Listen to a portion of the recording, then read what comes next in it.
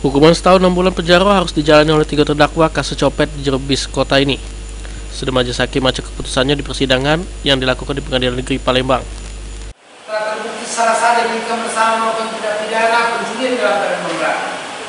Menjatuhkan pidana terhadap tersebut oleh karena itu para terdakwa tersebut oleh karena itu tidak penjara 2 tahun 6 bulan masing-masing. Menetapkan masa penahanan terhadap sudah ditentukan kepada perkara 4 tahun petang. Kelima, memerintahkan barang bukti dalam perkara ini 1 unit handphone merek dan nomor bukti dikembalikan kepada saksi Imitias dan membayar para terdakwa membayar biaya perkara masing-masing sebesar Rp2.000. Demikian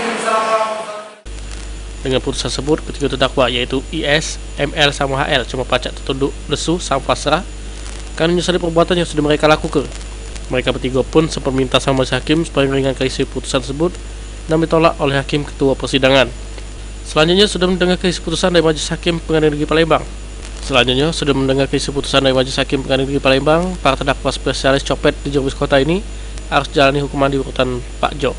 Firman Hidayat, PAL TV.